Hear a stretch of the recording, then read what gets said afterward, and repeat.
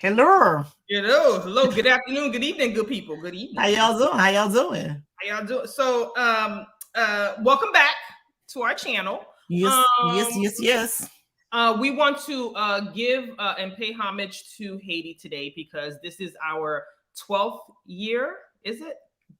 It was 2010. Yeah, 12 years. This is our 12th year anniversary of the horrific earthquake, and then next thing you know, we had another one back in August of 2021. So Haiti is really trying to heal and move forward, but we wanted to pay homage to our ancestors, our homeland, where our parents are from.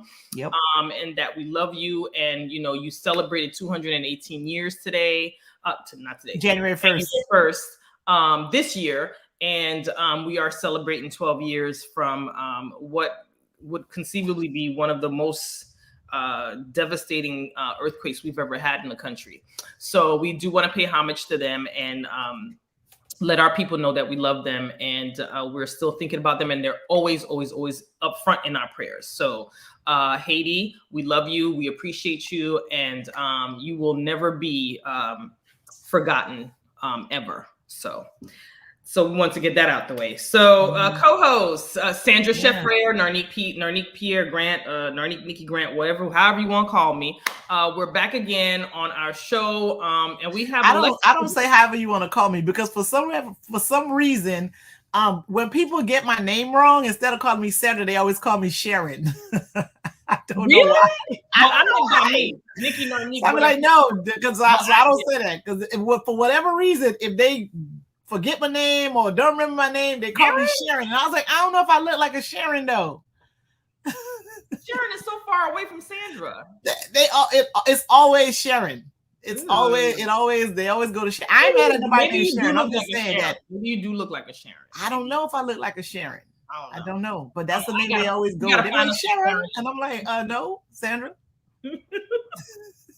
You know what people do, because it's hard for them to pronounce my first name. They say Pierre. Is Pierre up in here? Like, is Pierre? Oh no, they don't even try my last name. So when I'm at the doctor's office and they just say Sandra and they stop, I'm like, yeah, you looking for me, And they're like, yeah, I didn't want to know. I didn't know how to say it. And then when I go to like hotels and I'm checking in and they're like, what's your name, ma'am? Before I even put out my ID, I said my name, and they were like, yeah, we don't think nobody could come here and make that one up. Oh, they're not gonna make my name up. So, but I give them my ID to confirm that I am who I say I am. But I don't have one of those names that you're gonna just go make up.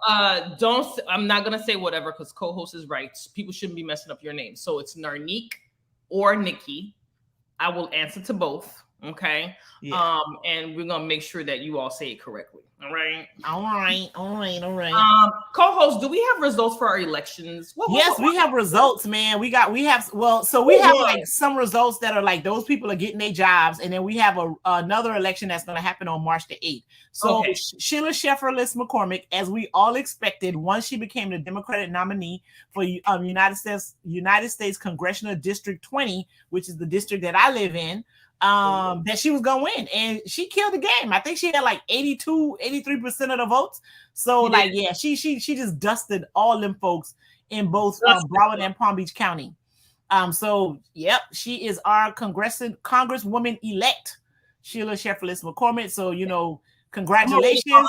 I'm already calling her Congresswoman. I'm not even calling her the elect. I said the Congresswoman. Well, she has to get sworn in for it to be official. So and I think they just semantics. Just Yeah.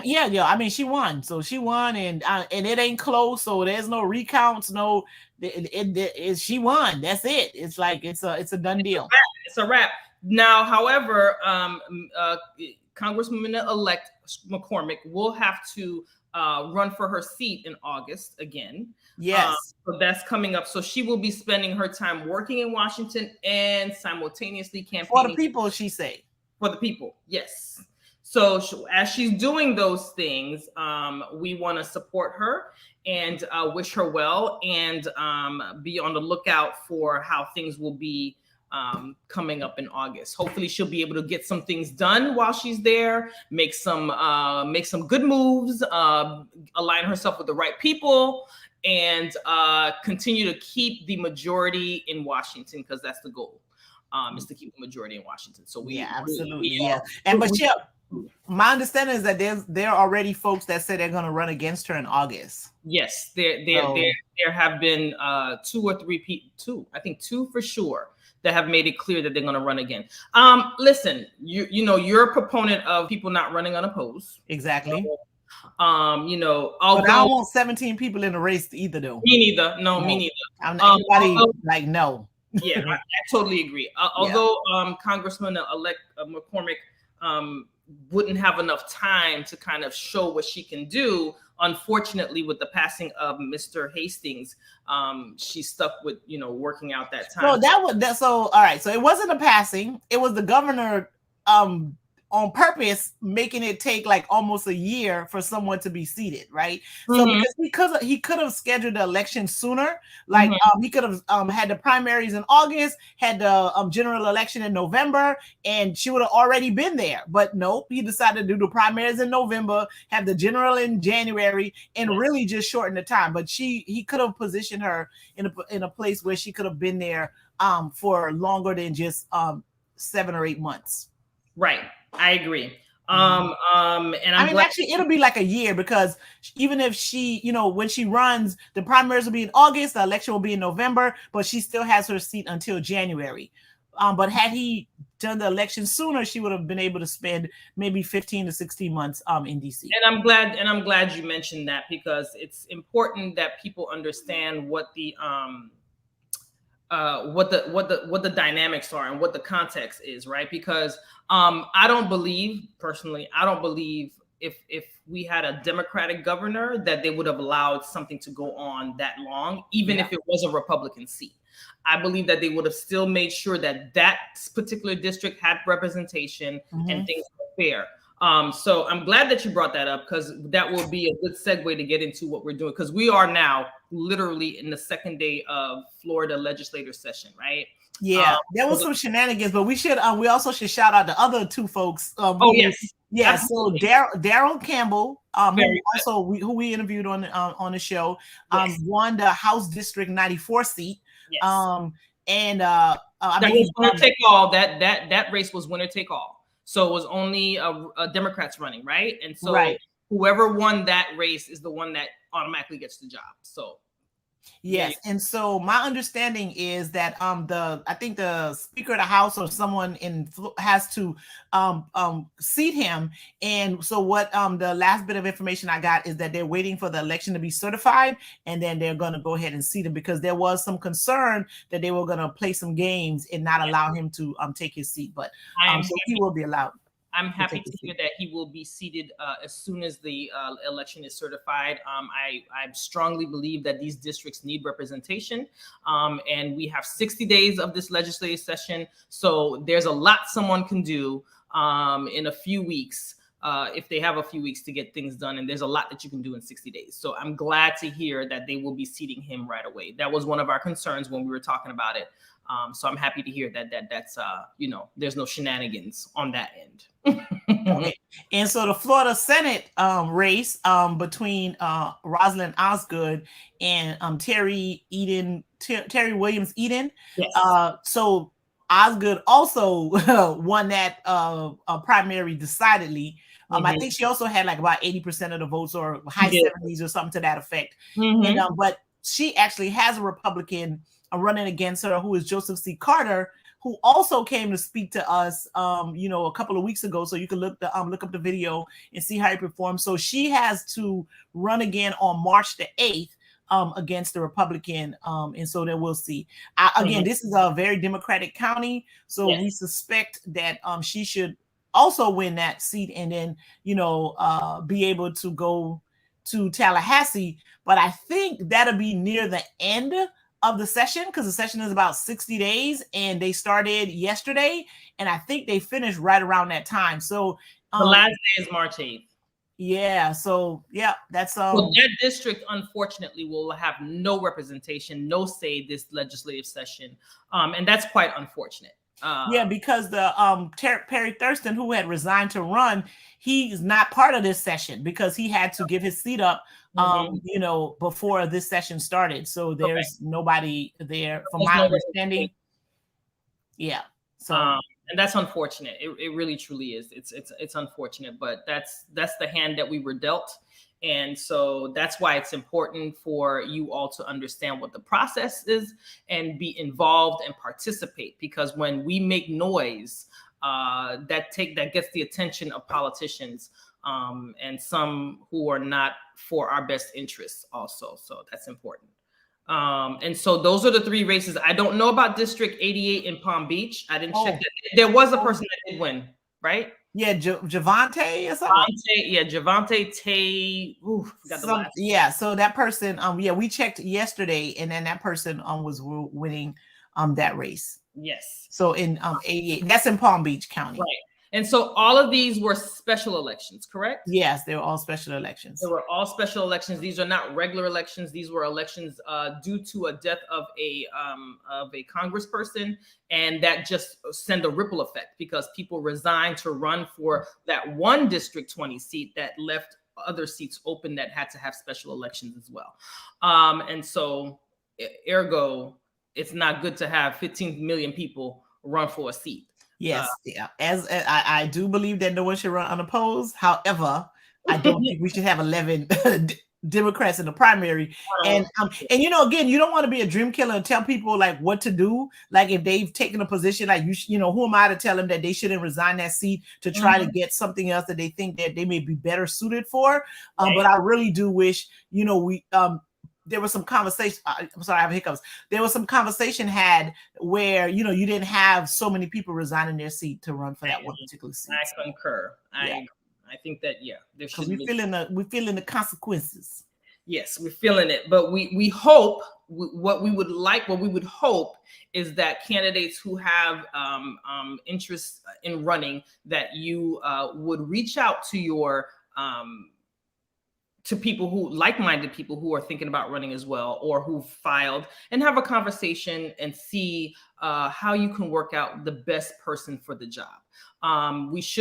We are in full agreement that representation matters. However, we want to make sure that not only does representation matters, but we are in those seats.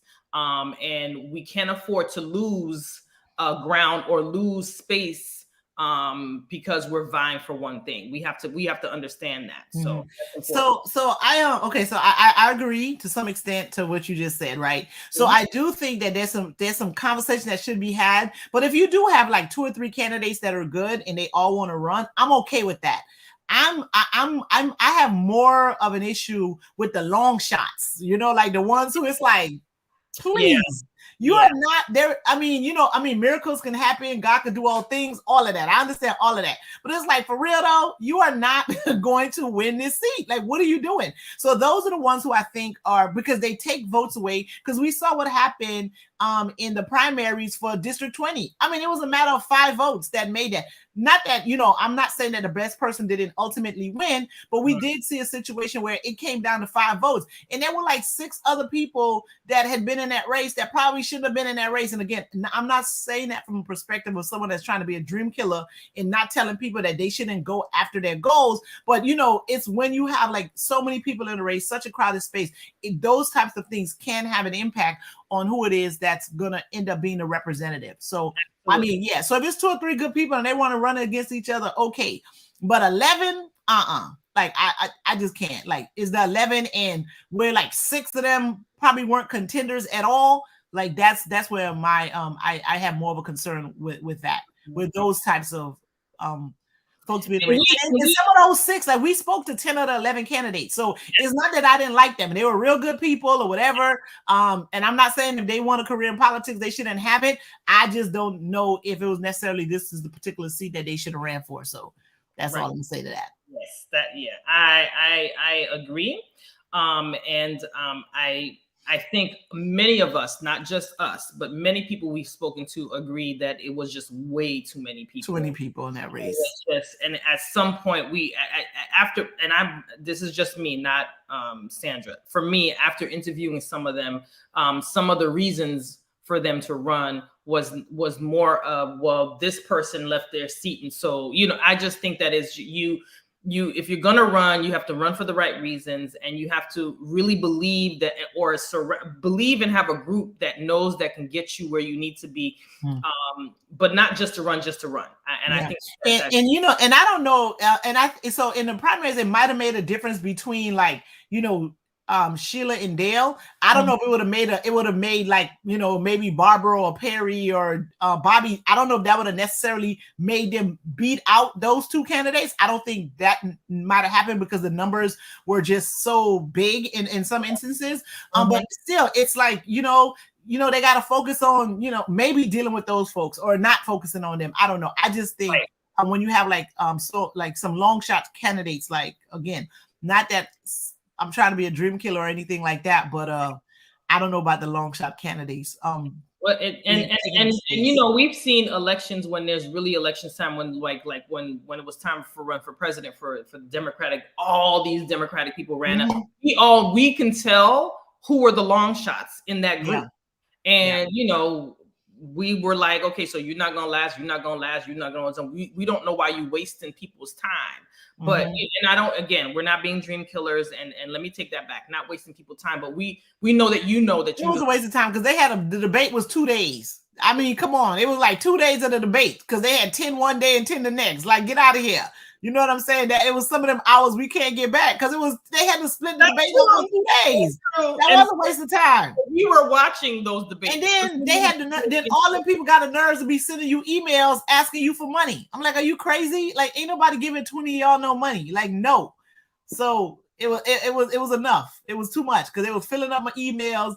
I mean, no. It was a lot. It was a lot. 20. So candidates, please. Kind of, go through this with strategy and put the people first. I feel like if you really put the people first, you will have the answer to your own questions of if you should run. And then you'll be like, I could serve my community better doing something else. You know what I'm saying? That's all I'm saying. That money you raised, you could have donated that to a homeless shelter or something like that. You know what I'm saying? Start a farm, like one of those community gardens or something. I do like a project with homeless people all the time. And they always asking for shoes. You know what I mean? Like, you could have spent your $25,000, giving shoes to homeless people. Like, for real, for real. That's what we saying. Not that the business is like, so if you were giving money to, printing companies and, other maybe small businesses were earning your dollars because of, from the campaign contributions and stuff like that, then I mean, that's okay. And that's important too. Sure. But for real though, you could have, change somebody's life by giving them an outfit. Very much so. Because we do that, and I mean, we've given people clothes and shoes, and I'm telling you, like, just some of the stories you hear, you could have changed somebody's life instead of out here trying to get elected. Yeah, all I ask is that you making a decision to run for office, put the people first. And when you put the people first and you put the people at the perspective in the forefront, you can answer your own questions of if you should run, if you shouldn't run. That's all I'm saying. Put that ego aside. That's all I'm saying. Are you beneficial for the people? That's yes. All right. So moving right along. All right, so we can go back and talk about your governor. Not mine. I don't claim him, child. So the session, the legislative session started yesterday. Governor came out, made a little statement. They prayed twice because I think I watched the House when they started, and then I watched the joint session, and then I watched the governor. I was like, all that praying out there, and yeah. So I watched the open session for the Senate and the House, and watched both majority leaders speak. I didn't get to see the one with the governor. You didn't see the rebuttal? I didn't get to see all the rebuttal too, because I saw the governor and I just needed a minute. I was like, oh my God. I didn't even I can't be drinking on a Wednesday. I didn't even bother to look at the governors, but I did watch the ones for the House and the Senate yesterday.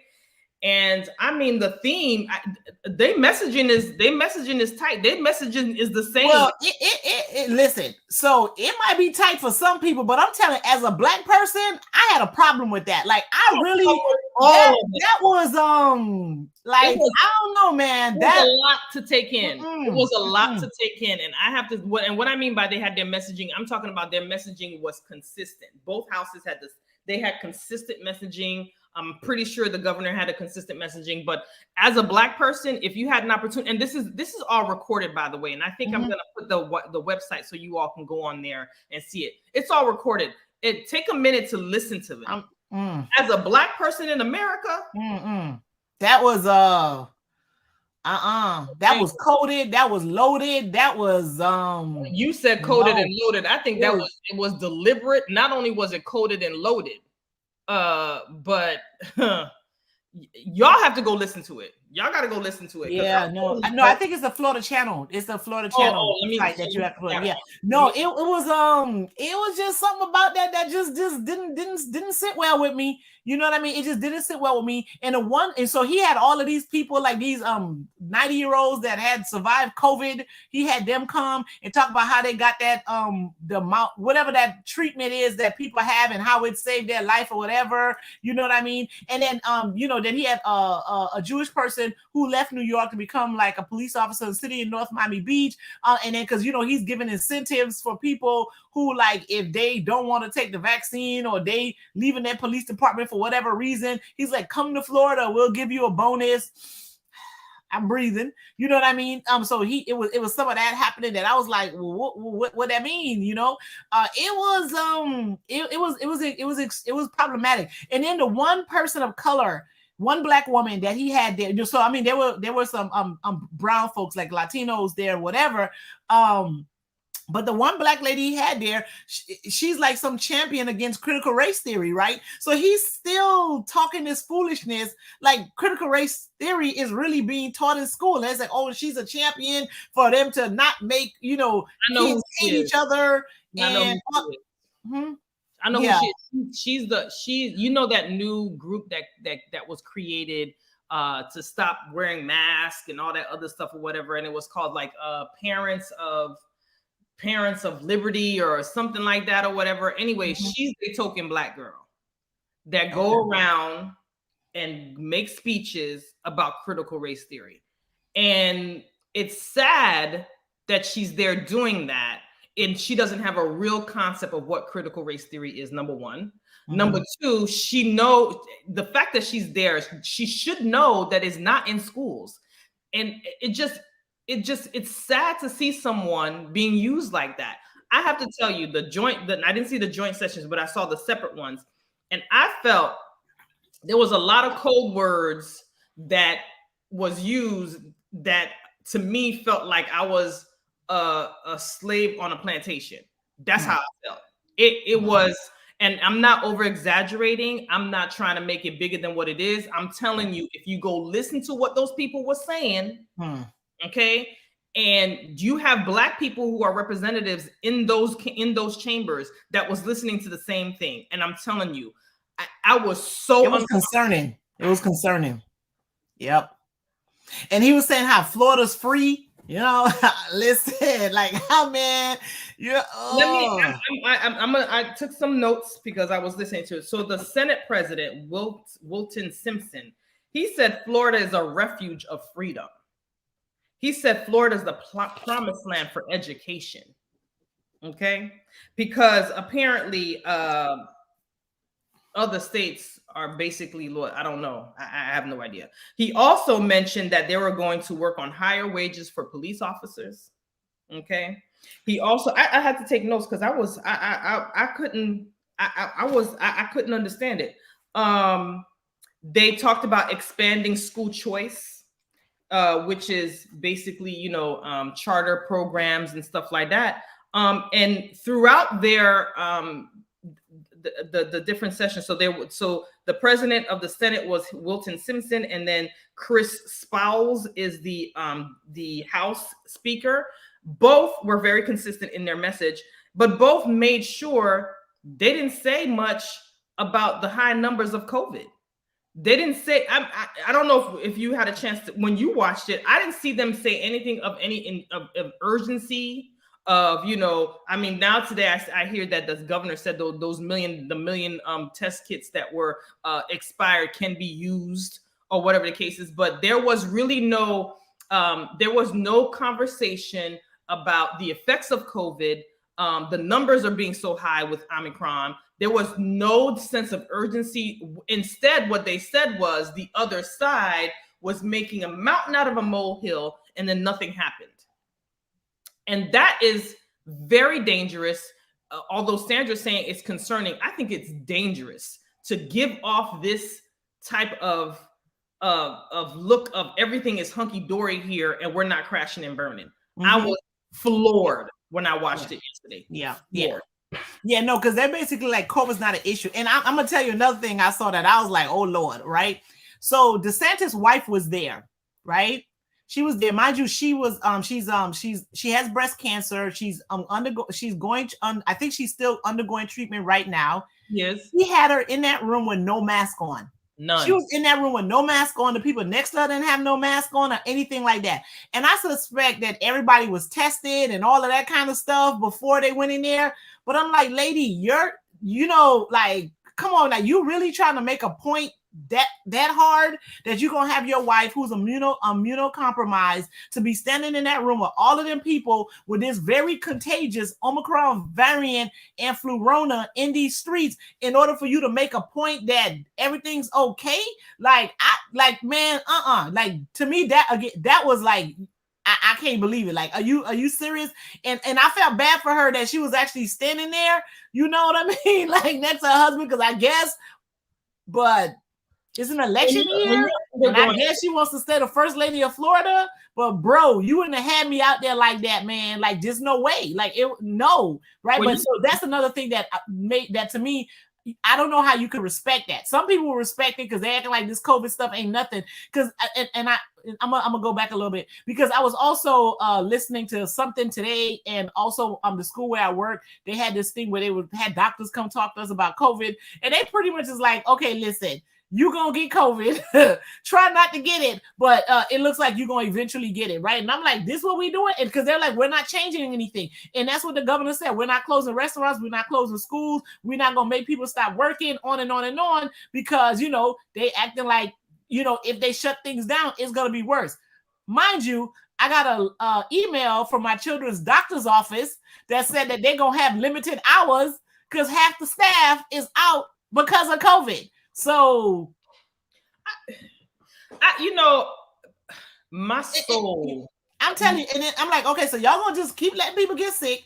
Folks are gonna have it, because again, the problem with COVID is that you might recover now, but you don't know what is gonna happen long term, right? So you're willing to just put people at all of this risk, not knowing what all these long-term consequences are gonna be, just because you don't want to like shut down, make people wear masks, just try to be safe. Like, I tell you, I just can't, right? So that was, so you probably got another COVID, because he said some other stuff that just blew my mind too. But you know, you could go ahead and I'm just going to comment on the fact that the wife was there.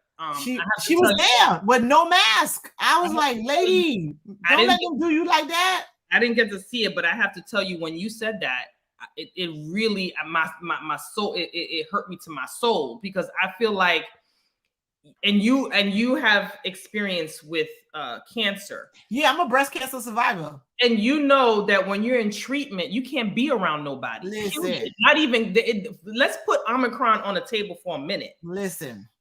You have no immune system when you're going through treatment. Well, it ain't none. It's just like really low. All kind of stuff bothers you. Listen, I lost my eyelashes, right?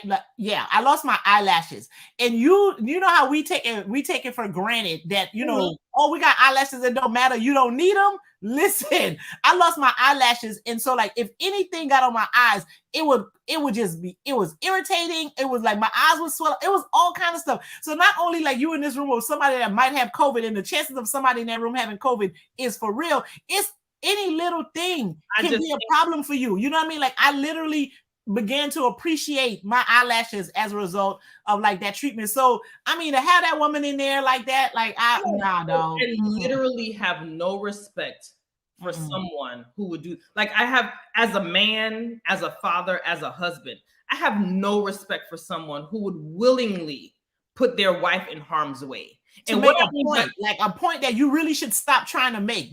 I mean, okay, so fine, you don't want to tell people that they need to get vaccinated. You don't want to do a mandate and all that kind of stuff. Okay, but come on, dude. Like, what's this thing about like not just telling people that they should at least wear a mask? Like come on, like that right there. Like, nah, that to me that just went too far.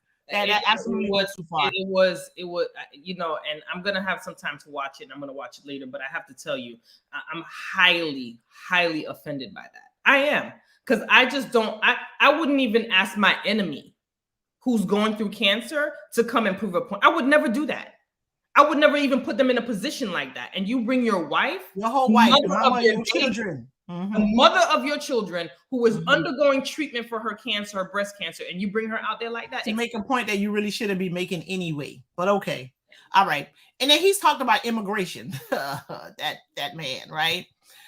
Saying that the federal government, you know, basically blaming the Democrats, just letting people into this country, you know, that's criminals, busting them in the middle of the night. I'm doing secret flights, bringing them in.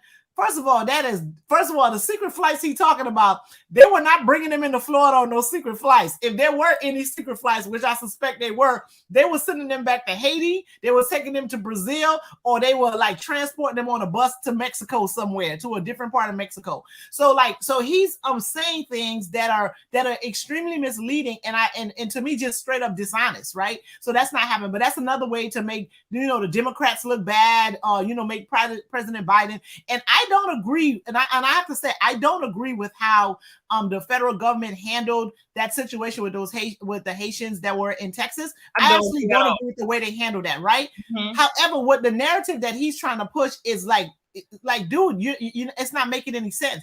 And then he also went so far to say is that so the companies that are bringing these people in here that's going to be criminals and do all of these things that are not vetted, you know, like there should be some consequences to them, and then they should be able to ship those people back to the places that have sanctuary cities. Like, first of all, you can't even do that, right? Like what you're talking about, you can't even do. So why are you even having that conversation? So to me, those were all like dog whistles. And like when I said it was coded and loaded, he was speaking to a specific population of this state, you know, that don't understand process and procedure and how things work, and they're gonna take that as like, yeah, he gonna put them on a bus and take them, send them to New York, because I guess, you know, New York as an example, because that's one of those sanctuary cities. He can't do that, bruh. You cannot do that. It's not gonna happen. You can't do it. Right. But he's saying that for people to think, oh, this is something that he can actually do. And then he was talking about, oh, we're going to allocate funds. You ain't going to allocate no funds for that, homeboy. So it was just, oh my God, it was a mess. It's just grossly negligent and just disingenuous. And for him to sit there and say all of that, you know what he's saying to you all, for those who pay attention, that watch us every week. He's basically saying that his people, because he know he's not talking to us. His people, he don't think they. I don't think he was talking to anybody black. Oh, you know, maybe he wasn't talking to nobody black. Now if you want to go fool yourself and think that he really out there trying to, he ain't about any agenda that deals with black people.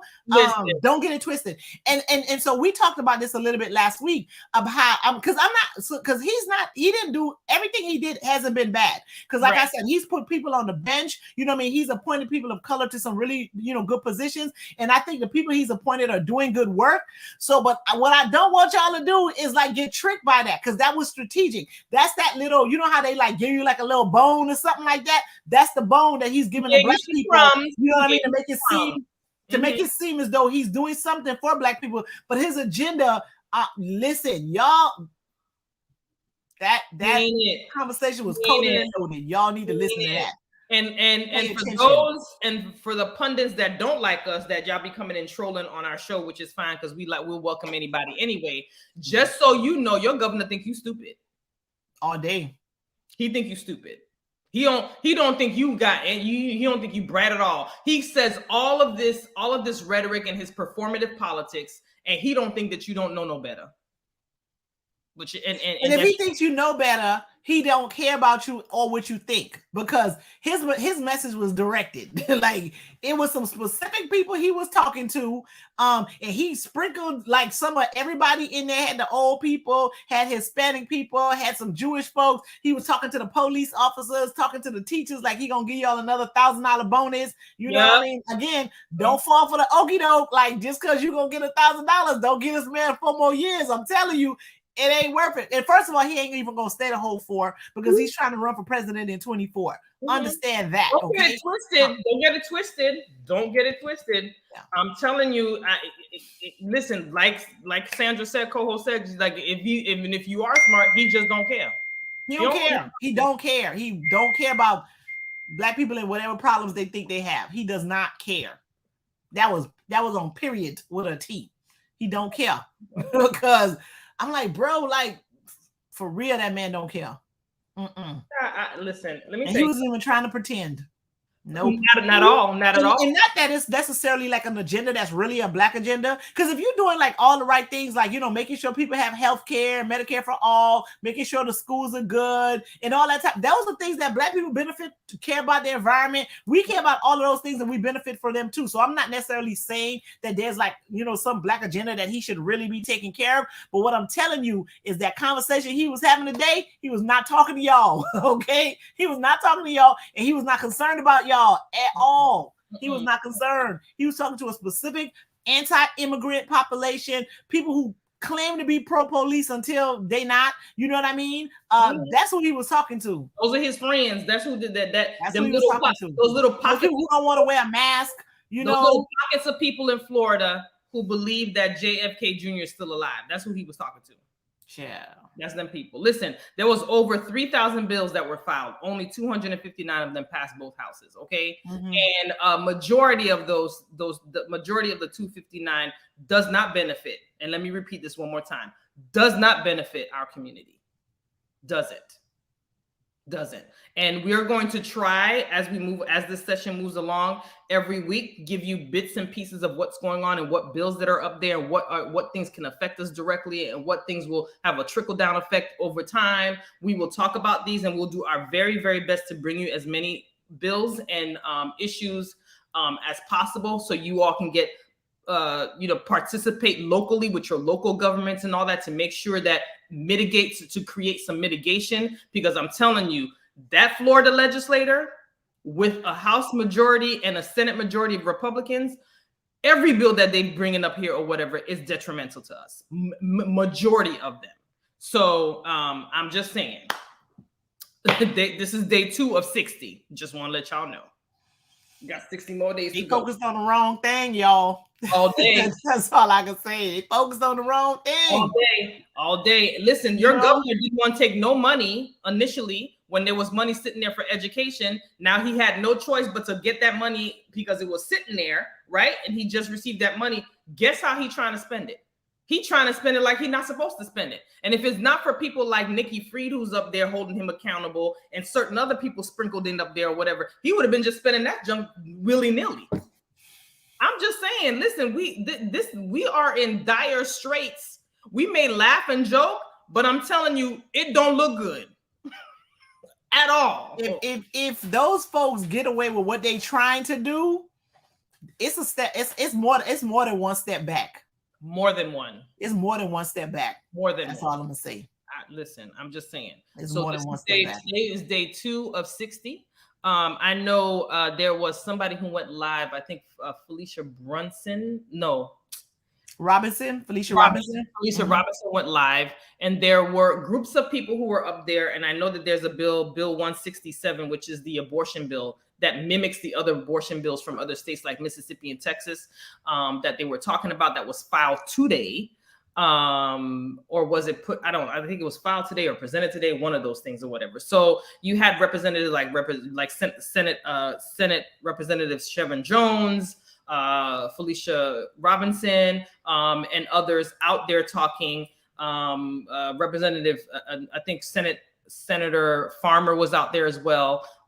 Jasmine Roger was there. And talking about women's bodies and it's their choice and stuff like that. I'm just saying that's just the tip of the iceberg. We still have HB 11 and Senate Bill SB 11, which is the bill that we've been harping on, because Sandra and I totally fully agree that if this bill passes, all those videos that we try to take when police officers are behaving badly or whatever, guess what? They want y'all 50. They want their 50 feet, honey. That bill, you're gonna get arrested. That bill is currently in committee. All right, as of today. And that bill basically says, listen, you can be. I think it was a misdemeanor. I want to say it's you can be. Yes, a second-degree misdemeanor, face up to 60 days in jail, or a $500 fine, or all three. But it's an inconvenience. I'm telling you, like, you don't want to go to jail for a day. You could like lose your whole job over that stuff. Those things are disruptive. You know what I'm saying? So it might be, some people like, yo, I'm gonna take that charge, whatever. But it's disruptive. Imagine, somebody who's just, got a regular minimum wage job, going to work, trying to pay all this high rent in South Florida. You know what I'm saying? And they end up going to jail for a day or two because they think they're doing like a civic, something that's good for the community, and it goes and it disrupts their life and put them in a tailspin, right? So like those are the kind of things that they're trying to do. It could be extremely disruptive to somebody's life, when we all have seen in the last 2 years how these videos have really been able to hold officers accountable when they did the wrong thing. And we're not saying most police officers are bad, but y'all can't act like they're all good, because they're not, right? And so that part of it, and and I understand you want to protect law enforcement or all that kind of stuff, deal with their reputation, but this is not the way that you're going to make people trust police more. This is just not the way to do that. And I did pull the bill so I can read it. It's only 2 pages long, but in the bill they have when you can track the bill, you can also go on, and I just took it out, but I'll you can get it through that floridachannel.org also to get to the bills. But there's parts where it's underlined and there's parts that it's stricken, so they take them up, but they added on stuff. The underline is added on stuff. And one of the things it says is approaching a law enforcement officer after a warning with intent to impede, provoke, or harass. Question: who determines intent? It's up to the police officer's interpretation for intent. Just listen to this foolishness, right? And it says, as used in this section, the term law enforcement officer has the same meaning as in section state statute 943.10. Probably there's a description of who law enforcement is. It's unlawful for any person after receiving a warning from law enforcement officers not to approach, to violate such warning and approach or remain within 30 feet of a law enforcement officer who is engaged in a lawful performance of any legal duty with the intent to interrupt, disrupt, hinder, impede, or interfere with law enforcement officers' ability to perform such duty. Then it says, provoke or physically respond from the law enforcement officer, or directly or indirectly harass the law enforcement officer. How do you indirectly harass the law enforcement officer? How you do that? A person who violates this substance. That's the people that be like, those were the people that were standing on the sideline was telling the police officer to stop killing George Floyd. Those are the ones that was indirectly. But do you? Okay, and I'm glad. Thank you very much for. Thank you so much, Sandra. Mm-hmm.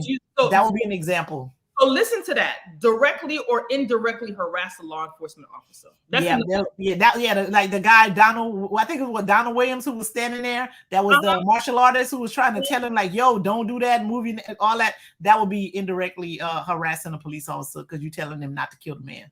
So you hear that? So they want to pass a bill that if you're 30, even if you're 30, so I can't even. It's so upsetting. It's so upsetting that even if I say you're killing him, don't do that, now I can be charged with a misdemeanor. Because they'd be like, no, we're not killing him. We're just restraining him because he's resisting arrest and I'm allowed to use this level of force. This is what is going on. See, and the thing is, people have to pay attention. They should be focusing on how to put us in a position where we can afford this rent around here. You know what I'm saying? Like, that's what y'all really need to be working on. Why y'all taking up that issue, right? Like, why is that what you want? We didn't even hear anything about in their open argument, in their open sessions or whatever, anything about the inflation. Talk about it costs a lot to live here. They didn't say nothing about that. Get people out with them taxes, insurance, like. To tell somebody that if you telling the police officer you killing that man, don't kill that man. That's what y'all worried about. The rent's too damn high. Worry about that. Well, so that's what we're doing. So focus on the wrong thing. And even that abortion bill, you know what I mean? It's like, why that's what y'all on? Why y'all on that, man? Why that's what y'all want to deal with? No, deal with housing, deal with healthcare, deal with Medicare for all, try to really get people back to work, try to, get people like better healthcare, like really deal with this COVID situation and see how, come up with a game plan that's really put people in a situation that makes sense. Florida getting schools fixed, put some programs back in the school, get some funding for early childhood education. Do that. You fix your Medicaid system. Florida Medicaid system. Do that. Fix the unemployment system. Do that. Like, y'all got a whole bunch of other things y'all can be doing instead of worrying about what women trying to do and whether or not they want to have kids or not. That is not your business. It ain't. What are we doing? What are we doing? Not your business.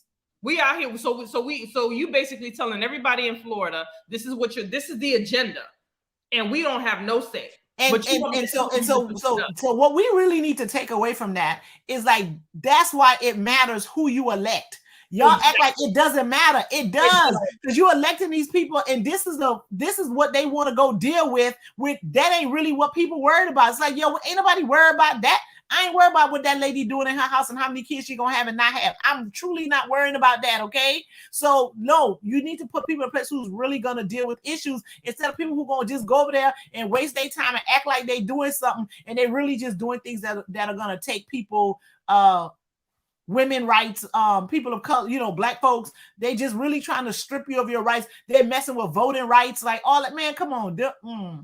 And let me tell you something. That ain't what most people are worried about. People are worried about, like, yo, how am I gonna pay FPL today? That's what people real concerned are. Folks, FPL don't raise money. Okay, don't raise your light bill. Your light bill should be this year. Your light bill, everybody, not just some people. Every single person in Florida, FPL don't raise the light bill because they have extra bills, and so they got to put the cost on you. Mm-hmm. Okay, I'm just letting you know. And use some of that money that y'all using on this foolishness to subsidize people light bill, because in the summer that bill be high though, for real. I mean, it to me, it just and let's be clear that we are not on the Florida legislative agenda. What I mean by we, black folks ain't on that agenda.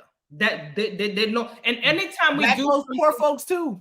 Poor folks, black. All poor people are black, so understand that. Anybody who's an immigrant, we ain't on an agenda. We're not on the agenda. Yeah, they really not trying to look out for poor people. They don't give about us, okay? Mm-hmm. That's not what they're trying to do over there. And let's be clear. And we may not be like poor for real though, but they don't care about poor people. Is all I'm gonna say. That every time we become our group that includes poor people, people of color, immigrants. Anytime these groups become use their voice by voting, mailing their vote, all of a sudden now they want to change the rules, right? The rules they initially created to keep us out. Now they're going to change it because now we've used because we figured out the rules of the game and then they change them every single time. Right? So now they made it difficult. So stop giving them the power to do that. Absolutely. Stop giving that power to people who are going to abuse it. And that's what we really need to do. That's what people absolutely need to pay attention to who it is that they're sitting to represent them. And, and one of the things that they trick folks with is like, how, a lot of time poor people are like, oh my God, they're using my taxpayer money to fund this woman and with welfare and Medicaid and all this nonsense. Okay. So first of all, if you're getting refunds from the IRS, you ain't paying no taxes like that. Okay. Like understand that. That's that whole misconception. Oh, they're using my, no. You are not paying no taxes. Because remember, remember all the withholdings that they took out, and they gave that back to you 3, 4, 5 times. So what taxes are you paying if you got your money back and then some? So they got poor people thinking, oh, these other poor people are like, using my taxpayer dollars to do this.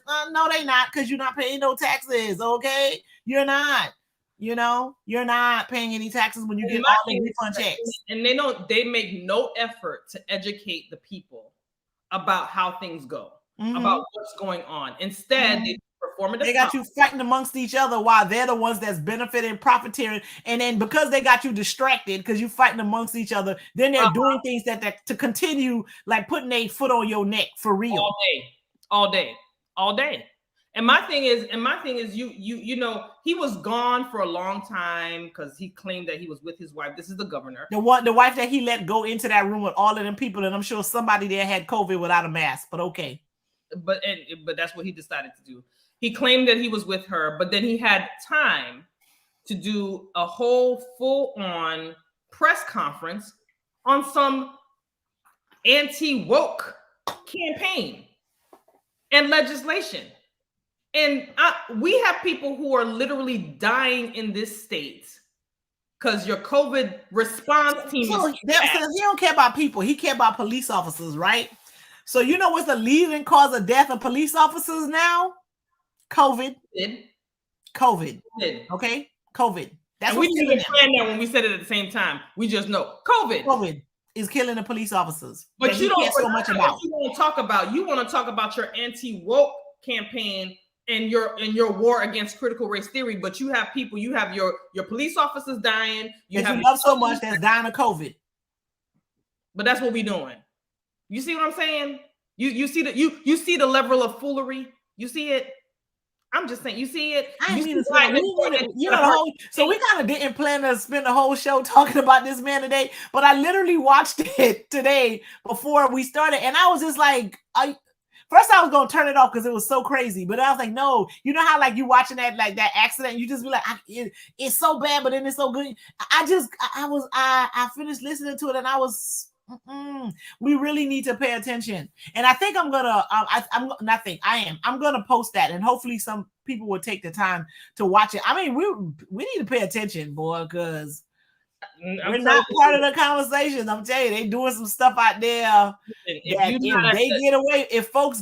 the governor gets away with the agenda that he's trying to push forward, it's gonna set women back.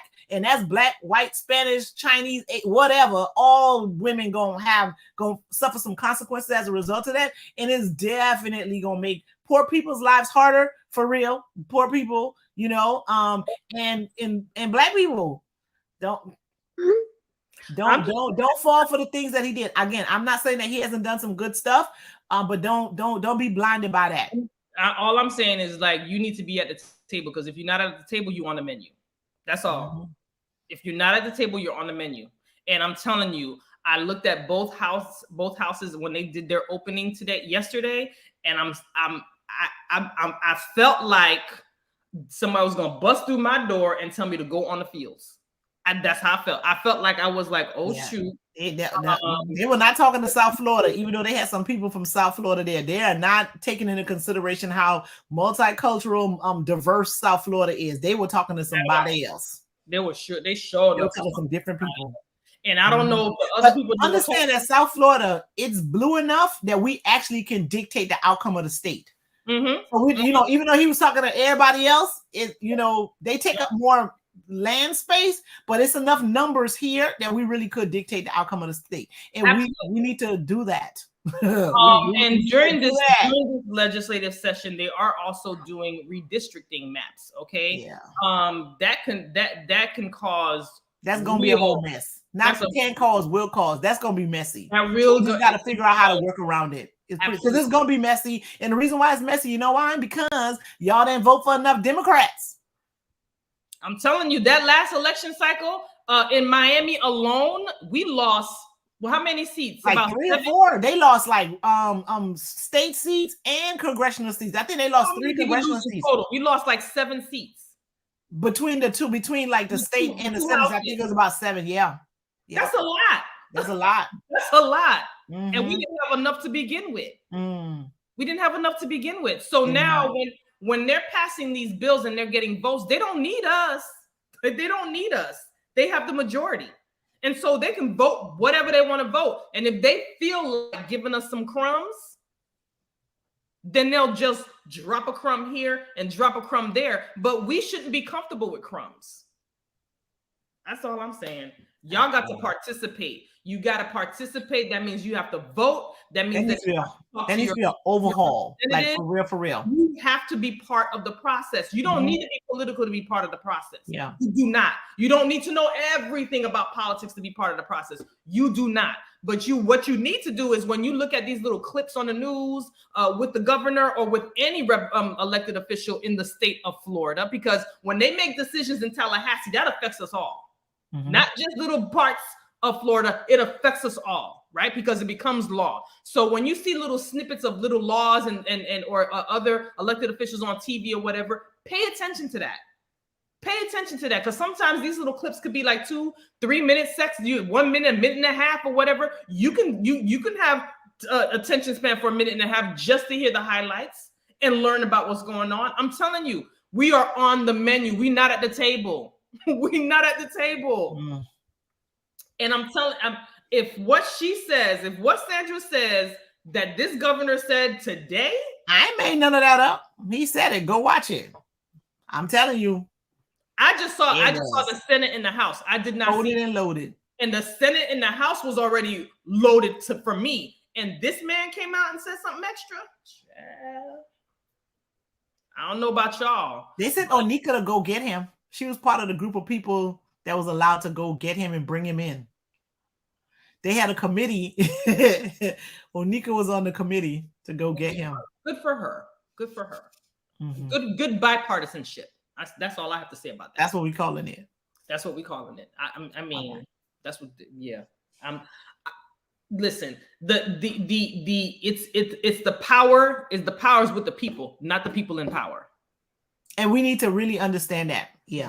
The power is with the people, not the people in power. Never forget that. I think people are. But if y'all not paying attention, then the people in power has the power, because y'all not paying attention. They out here making whatever decision they want because you're not paying attention. And you let them dictate the agenda, which that should not be the case. And they're dictate the agenda because they are focused on things that most people is not on the top of their list of stuff that they worried about right now.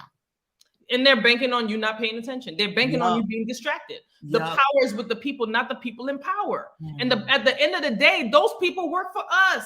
There's not many of them. We make the majority. They work for us. They working for corporations right now, because the Delta Airlines say, listen, we need people to come back to work after 5 days, and after and then the CDC was like, oh no, you don't got to quarantine for 10 days no more. Come back to work after 5. Really? And then it's been 10 days for like a report just came 21 out. months, and now all of a sudden, because Delta we need them to come back to work, is 5 days. Okay, but then a report came out that said that when you catch Omicron, the day after you show symptoms, 6 to 5 days is when you're really contagious.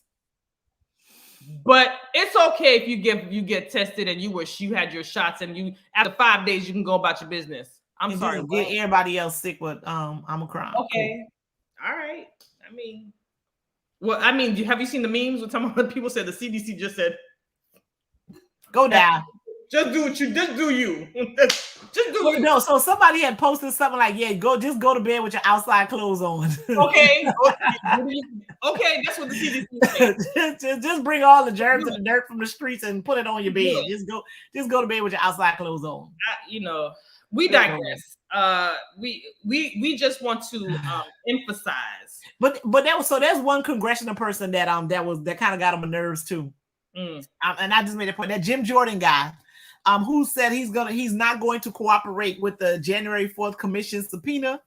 So see, like, for real, they believe y'all sleep, right? Because how is it that an elected official, that's a legislator, a person that's responsible for making laws, is telling you that they're gonna break the law, and then you're gonna let them keep their law job? Okay, that's all I want to say about that. And this is the same Jordan that was coming for Fauci and talking to him any old type of way. Y'all need to see the clip. I would show the clip, but I didn't send it to co-host, so I can't pull it up right now. But if you saw his behavior, okay, you're supposed to be a whole elected official representing your constituents. That's how you behave. That's how you talk to people. That's you know. No, the decorum is gone. The decorum is gone. Listen, it's like Washington is like a hot mess. All of that it's hot mess, and it's like it's ever which way. It's ever which way. It's not even like coming from once. It's just all over the place. Just a whole hot mess. And you have an elected official that went on record saying that he's gonna break the law. On record, break the law. I ain't giving them nothing. On record, okay. And he out here making laws. And they shouldn't be above the law, but he acting like he above the law, making laws. And then the thing is, like, what we don't understand, breaking the law, but he can break the law and he don't get no right. And what you don't understand is a lot of time they litigate those issues, right?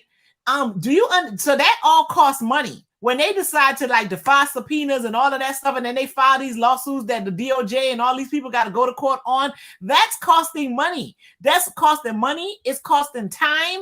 And even if because they know, like, by the time it really becomes an issue, it's going to be 3, 4, 5 years down the road or whatever. So they're wasting time. They're wasting money. They're defying the law. And mind you, these are legislators that's supposed to be making laws, and they telling you they're going to break the law, and you okay with hiring them again? No, he should not be reelected. You should not reelect the legislator that's going to do something like that. And then if, like, for real, right, if you and as a defense attorney, I probably shouldn't say this, but at the end of the day, if you're an elected official and you had nothing, I don't understand how an elected official who was in DC, in the Capitol on January 6th, don't want to get to the bottom of how the hell that happened. How you don't want to know how that happened? Like, for real, you don't want to know how that happened or why that happened, or like how we can make sure that don't happen anymore, or for the people that were responsible for that to be held accountable. You wouldn't want to know that. You wasn't there like, you didn't die that day. He all but said, I don't care. That's he all but said. No, he cares. He just probably had his hand in the cookie jar. And he just ain't trying to expose himself, because you can't tell me you don't care about how that happened. That's the part that's disingenuous. If I'm saying he just probably don't want to tell on himself. If I'm saying I'm not coming and you can't make me come, okay.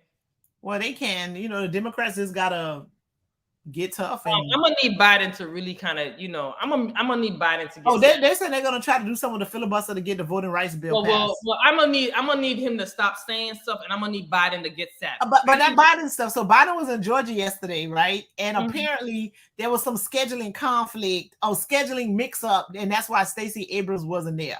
I don't understand that. That lady got you the whole state of Georgia, bruh, and you gonna be talking in Georgia and she not there? Listen, you needed to just change the time of that meeting and accommodate that woman. I'm sorry, what you say? They said some scheduling mix-up conflict, blah, blah, whatever the hell. But he needed to change the time. He'd be like, listen, I was going to talk to y'all at 2:00, but Stacey ain't available till 5. So I'm going to holler back at y'all at 5:00. That's what he needed to do. So you mean he got you the whole state of Georgia, bruh. So you mean to tell me he stepped into Georgia and then didn't she was not there because they said there was some mix up with the schedule. He needed to change his time to accommodate that woman. No, sir. So that's another one of them things. She got you all of Georgia. She got you Georgia, bro. 2 senators, and that's what you do. That's what you do. He needed to change the time, and I don't care. He is the president, but homie, you got some other states, but it's incredible what she did. And you over there talking about voting, and Stacey Abrams ain't there. A scheduling conflict. She created come on, y'all. She had to somebody else. She and her team created a whole blueprint, and you didn't. Oh. So see what we're not gonna do, Biden administration, is not allow people who got you where you was at to not be part of the conversation. That's what we're not gonna do. We're gonna call you out on that disrespect.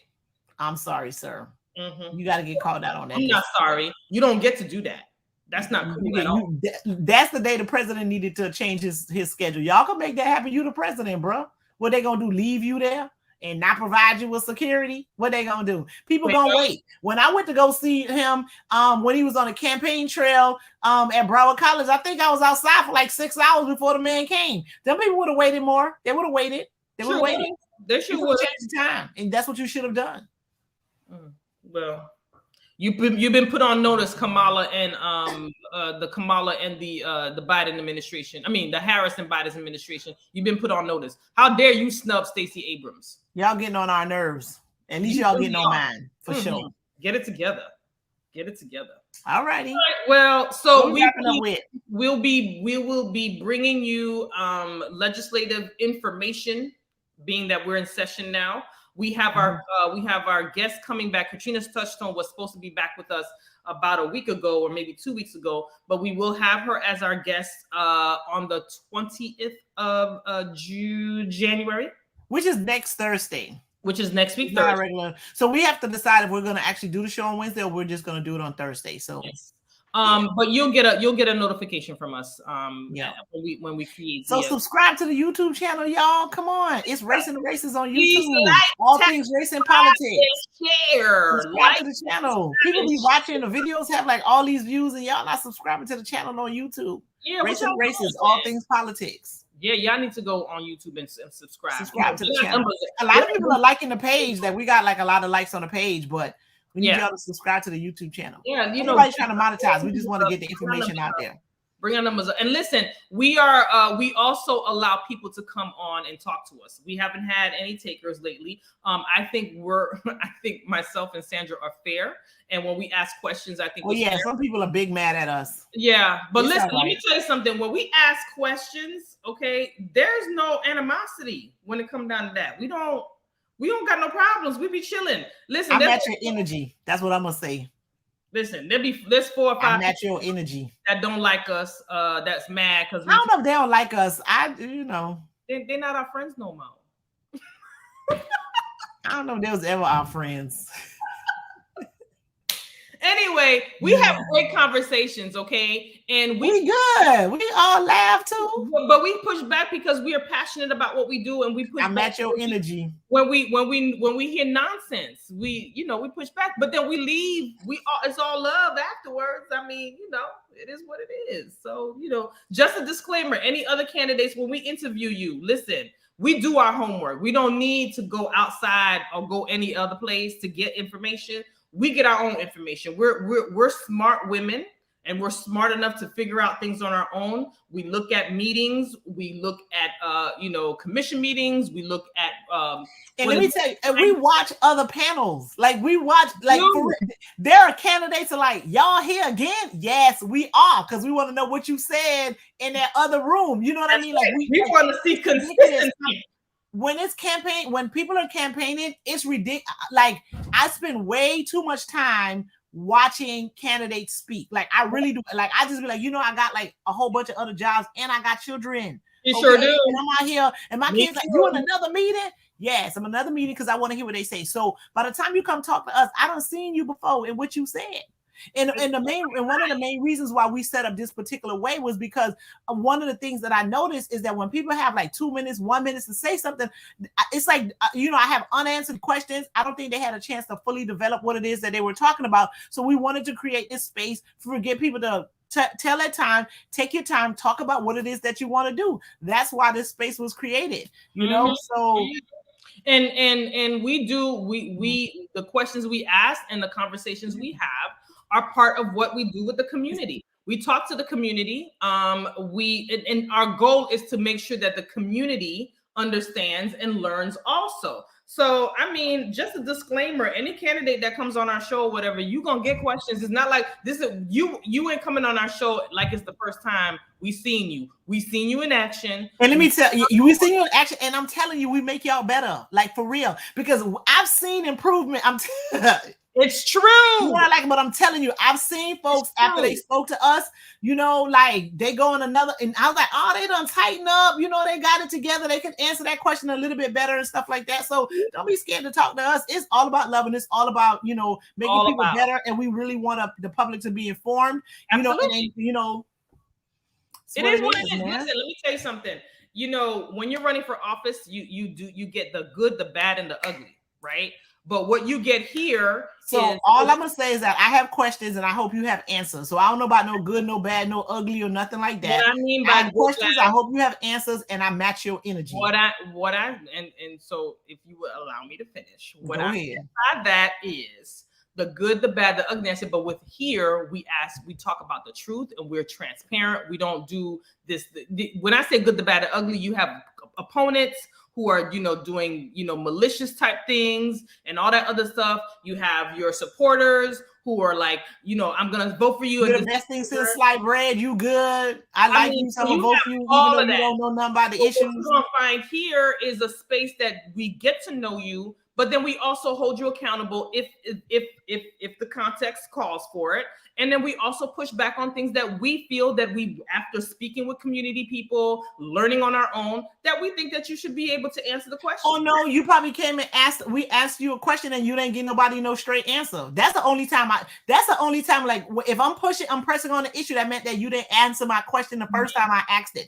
That's the only time you're gonna have, like, I don't know if it's problems, but I will ask the question again. And if you don't answer my question, I'm gonna let you know that you're not answering my question, because one of the things people sometimes forget is that I'm an attorney, right? And I know when an answer is non-responsive. Okay, so if I ask a question and you're not answering my question, I know you just didn't answer my question. And if you don't want to answer it, it's fine to say, listen, I don't want to answer your question. It's okay. You know what I mean? But don't come acting like you answered my question and you don't understand why I keep asking it. I keep asking it because you did not answer it. And it's one of those questions I have that I hope you had an answer to. That's all. And you know, while we may see Sandra, thank you, Judge Holmes. Thank you, Judge Holmes. While we may see Sandra on her thing with her questions, there's times that I will do the same thing too. She may be a little bit more tactful than me, but you know, we're gonna leave that for another day. We have people come on and tell us that, you know, try to go straight off on us or whatever, and we were just like, you played yourself, and we're gonna let you. They slide into my DMs after. I didn't mean to hurt nobody's feelings, you know. And I guess I've been hurting people's feelings since like 2020 or something like that, because I've had folks. Right, that's when you ran, right? Was it 2020 that? Yeah. I mean, they would call me the next day and be like, "Well, Sam, I thought we was good." I'm like, "Yeah, we are good. Like, what's the problem? I just have some questions. That's all." Or they send me messages, you know what I mean? You know, this isn't. It is what it is. It's all love over here, and we're all about making our, especially people of color, make them better. We all about supporting everybody. We don't try to show no favoritism as much as possible as we can. Maybe I do every now and then. There are some people I kind of like more than others. It's not that bad. Every now and then you can see that I'm a little biased. Yeah, it's not that bad. That's not that bad. But we do. But if they come with the nonsense, I'm gonna still call them on it, even though I like them more than some others. That's true. You know. I see. And there's nobody I don't like. Listen, it's an equal opportunity. You know, pressing here. We don't show difference. Like, it is what it is, and like But I'm gonna work on it, because apparently I've been hurting people's feelings for a while, so I'm gonna try to not. I'm telling you, I got receipts. People calling me, sending me messages like, well, you know, and every now and then they're surprised that I asked the question. I'm like, well, that was the next logical question to ask. So, like, why wouldn't I ask that question? I'm sorry, folks. All right. So, what's your final? We gotta find a man that's running against Al Herdef so we could talk to him. What's his name again? Put that on my notes. Yes, we gotta find him and talk to him. It's a gentleman, and he has a Hispanic name, and I can't remember off the top of my head, but I did get the information, and I will be reaching out to this gentleman this week so we can talk to him. We also know. So I can't say that I need a candidate, because there's a candidate. So we just need to talk to the candidate. Hopefully they'll come talk to us. Yes, and would love to, and we'd love to talk to anybody else. Yeah. Who we said that needed to be running, somebody need to run against you. We will talk to you too. It don't matter to us. So we only have one election now, and then I guess the season will start heating up in like May or something for all the people that are gearing up for the primaries in August. Mm-hmm. So yeah, looking forward to August. Looking forward to see what comes out. Who announces? It might be on fire for us this year with candidates because we sure, depending on who running, we have questions. Always got questions. We have questions. So they're good questions too. Yep. And Daryl Campbell, I got an assignment for you. I already told you when you were here. I need you to find out what's going on with the lotto money for the schools. And Osgood, I believe she's the person that's going to be going. So, but she's not going to have time because even if she wins March 8th, right. It's only like a couple more days. She still can do some research. In the meantime, find out what's up with that lotto money and why it's not going to the schools. That's what I need y'all to do for me. That's what I'm gonna talk about now. Since we got a candidate running against Alherdef, now I need the people that's going to Tallahassee to find out what's up with the lotto money. Why is it not going to the schools? Yes, because we could have used that extra money to do push a more effort with the COVID. And I need them to put some trades in schools too. Some cleaning supplies and thereabout. But we just that's what we want. Because people listen. I have a student who told me that they work in I'm not gonna say the store because I don't need nobody to figure out what it was, right? But somebody came in the store and stole some lotto tickets. They stole lotto tickets, right? So they're selling a whole lot of lotto tickets in the street. So much so that people went to the store specifically to steal lotto tickets. They took no money. They stole a whole bunch of lotto tickets. Okay, so what's up with the lotto money? Okay. Judge Holmes says judicial races happened this year. Okay. Okay. Elijah Williams, Kenneth Gillespie, Garner, and Cal. I know Florence and Cal. Right, that are not opposed. Okay. All right, we're gonna do our research and talk about those judges. Good. That now I have my research to do for next week. We may have to do 2 shows co-host. I think Florence is the one that's Haitian. Yes. Yeah, Florence is Haitian. Yeah. Yes. Elijah Williams been there a while. Yeah. Okay, so we gotta make sure that we keep these people on the bench. Yeah. Yeah. Absolutely. No, thank you. We will be talking about that definitely next week. We got to make sure. And so 2020 there were some judges that were running, and yes. I did a video show with Jara McLawrence, my friend Jara McLawrence, who's an attorney, and we talked and we judged the judges. It was called Judging the Judges, and so we talked about them, talked about their record because we had access to like their forms, because like they go to different organizations and they fill out the answer sheets, the question and answer sheet. So I was able to have them. So based on that, we Jara practices in Broward County. So we had some, it spoke to individuals that had firsthand experience with those judges. And we did do a video called Judging the Judges. And we'll do that again for the midterm elections too. How long is the term for the judges? 6 years. 6 years. Okay. Right. I believe it's 6. Mm-hmm. Okay, so let's talk about them. Let's do some research and talk about these judges and make sure that we are able to push and promote and support and get other people to support these judges as well. Because that's important too. I'm telling you, who you put on that bench. I think when I went to an NAACP meeting, I think that they said they only had 10 Black judges out of the 90. But it used to be like 1 and 2. So that's awful. It's bad, but it's an improvement because they have like a diversity and inclusion group that's making an effort to put women and people of color on the bench. 10 is not enough of an effort, but especially not in Broward County. It's not enough. But let's make sure that we do our part to promote and support our Black judges because representation matters. Absolutely, it's important that we are in every facet of politics and or law. Because it's been a long time, or it's continuing that we are not getting what we need. She says the rules ethics are a little different. Check out Canon 7. There are 11 Black judges and 2 Black magistrates. Oh, okay. Perfect. Yeah. All right. So we're going to talk about that. Yeah, I know they can't come and talk to like political organizations. That get kind of tricky. So yeah. We're not a political organization. We're not a political organization. Nope. We about the people. I mean, we might have some favorites and all, but we're not a political organization. Yes, we're not a political organization. Yeah. We're about the people, but we can still promote and support our Black judges. That's what we want. Yeah, but we don't want to, ain't trying to get anybody in trouble. We don't want anybody to get, especially the black judges. We got to, they like Thank what you, they Judge call it. Holmes. She said she'll help us out. I appreciate it. Thank you, Judge Holmes. Yes. All the help we can. I want to make sure that we gotta talk about that, because there were like a couple judges that got elected in 2020. I'm like, please, they have no business being judges. I was so annoyed, but I digress. We had a whole hour and 30-minute conversation about one of the judges, and you were like, I just don't understand. No, for real. Like, I don't understand how some of them, they should not have been, please, they should, no way those folks should have got elected. But it was a couple of them that were trying to be slick that ended up having to just kind of fall back. Like, no, ain't nobody forgot what you did, homie. You're not winning. And people made the right choice in that particular race. So they thought people forgot. Like, nobody forgot.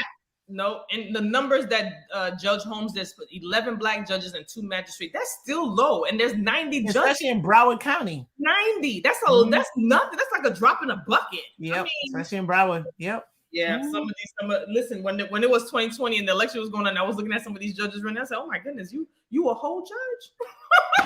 No, I'm telling you, one of them, he tried to slide in there. We're like, no, nobody forgot. Nobody forgot what you did. You remember, we had one of them, and the one that was in the recount that lost, he was big mad because I was at the last day of the recount, and he was standing outside, big mad, could not believe he lost. I'm like, you the one who was talking about like how things used to be. Okay, what he said, somebody like, this is not his father or his grandfather's courthouse. I'm like, bruh, that sounds like what black people don't want it to be. That's right. Or even that's the one that recorded in Loaded Statements. He was big mad outside. Even the ones that were running for state attorney, you were like, oh my God, you somebody attorney? Oh, so yeah, there was a few of them. They wouldn't. It was a couple of them would not talk to me. One of them would not talk to me, and I asked my question every time, and they act like they ain't heard me. Okay, I go from probation to the state attorney's office. Explain that. I never got an answer to that. I never got an answer to that question. No, you never got an answer to that. I sure didn't. I want one though. I still want it. You still want it? I still want it. I'm trying to figure that out too. I still want it. Yeah. He was defeated by George. Listen, I didn't call no names. I didn't call no names. Yeah, whole conversation about that. She was like, "He big man." He was listen, and this ain't nothing nobody told me. This is what I saw. He was standing outside with his friends. He was mad. Nobody told me. I saw it. He was mad. I think he was big mad. I think he was big mad because George Odom won. Rather than did I call somebody name? I didn't call somebody. I just know that person was big mad that they lost. And Judge Odom won. That's who won. Shoot, it is what it is. Big mad. When I tell you big mad, standing outside, few we couldn't believe it. That's how the cookie crumbles, honey. It is what it is. They need to stop acting like they're the only ones and they're the only ones could be in all these spaces. You know what I'm saying? We can be in these spaces too, okay? We can be in these spaces. Hell yeah, judging people just by their color. That man's smart and know what he was doing, and he did his part. So what y'all talking about? Yes, thank you, Judge. We got to jump off too. Pray for us, Judge. We would leave. Yes. Yeah, we all need Jesus. Yes, we will. Yeah. He will. He was mad. Yeah, he was upset. I remember we had that conversation. You were like, "Child." Let me tell you, that man was, he was mad. He was mad. And it was that mad that was like, how could this person take something away from me that belongs to me? It was that kind of mad. It don't belong to you. Yeah, it was that kind of mad. Listen, they think they see this. Your seat ain't safe. Your seat is not safe. It's not like you don't own that job. You don't own that. Anyway, we digress. We got off on the tangent, but we will definitely go look up that information. We will bring that information to you because listen, we all go to court for whatever reason, and it's important that we know who's at the who's on the table and been shuffling that gavel. What they about? We're gonna talk about that too. I'm glad that Judge Holmes jumped on and got us to get involved in that. Put that together, yeah. All righty. Anyway, my final thoughts are please, this Omicron is out there. There's also an Omicron/Delta variant.